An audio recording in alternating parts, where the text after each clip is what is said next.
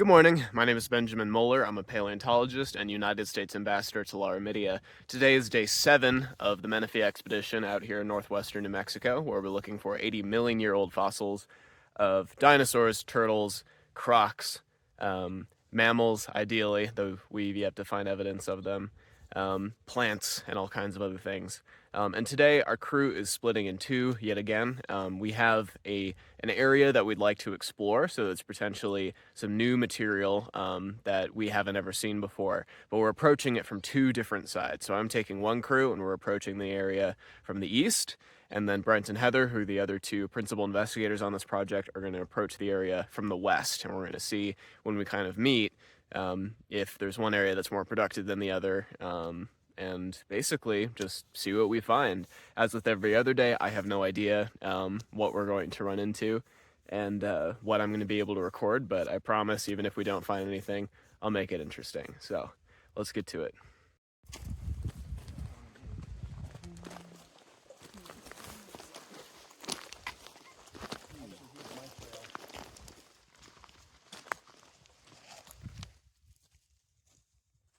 Nice little petrified wood stump, part way up the hill here. See a knot up there, some interesting texture, and hopefully if the light catches this right, you can also see the growth rings. See, there's another piece sitting up there, right there. Here's another tree stump. This one is, as we say, in situ, which means that it's still in the position that it was when it was originally buried. It's in the same position it was when it was growing 80 million years ago, at least these parts of it.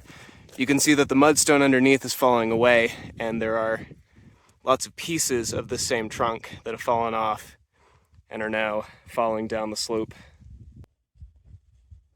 In the same vein, this is another piece of bone. This is the nicest piece I can find in this pile. There's quite a bit of it here. Basically, all of these little shards down here are pieces of bone, and this is one of the nicest that's left.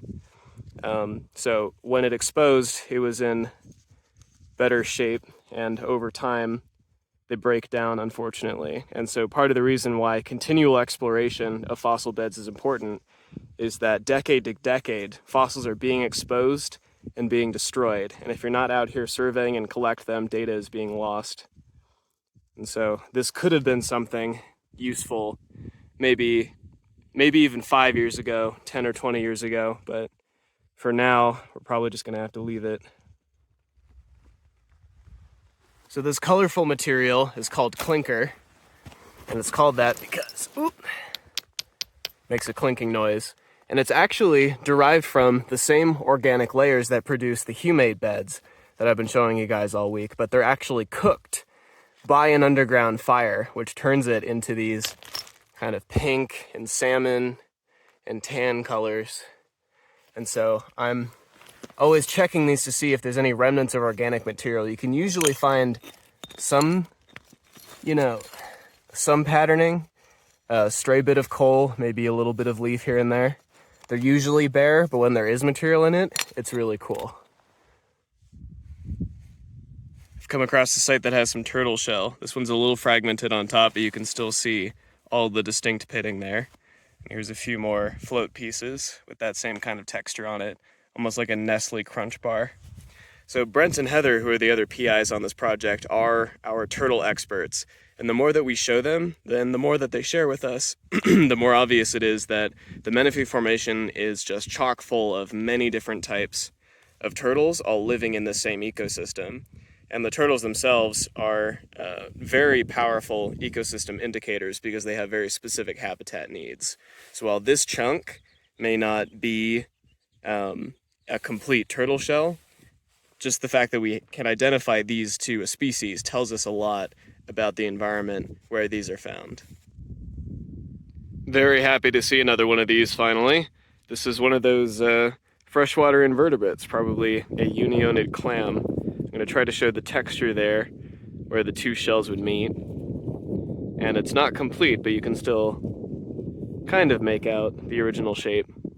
So these are excellent indicators of the salinity of the water in the area if it was salty or if it was fresh, because invertebrates tend to be very sensitive towards those things. So this is an indication that we are in a freshwater environment. Here's another gorgeous little piece of turtle shell. Heather and Brent will definitely be able to tell what this is, so I'm excited to hear about it later tonight. So this was the last piece I needed to find to be able to round out the fauna of this area, with fossils representing each of the major groups in the Menefee Formation. This is a Croc osteoderm, so you can see pits on the top that are much deeper than those on the turtle shell, so that's how you tell those apart. And unlike the Deinosuchus osteoderm that I showed you guys yesterday, this one is actually quite thin in cross-section. So when you view it like this, you can see it's not inflated. It's actually a little more like a roofing shingle with a little bit of a curvature there. If you look on the ventral surface, you can see some striations there. If my camera will focus. So this is not from Deinosuchus. This is from one of the smaller crocs that lived in the same environment. And to find out what, you will have to sit tight and wait for my paper, which will hopefully be released later this year. This is a chunk of large bone, probably from a dinosaur that we're going to need to come back to. You can see it's got one piece plunging in this way, one piece plunging in this way, and then a big concretion sitting on top. So I'm going to have to come back with some glue and some other tools to get this out at another time. But I'm excited because this could be potentially something really interesting, especially given all of the other fossils that I found just in this small spot. Heading home. See you guys tomorrow.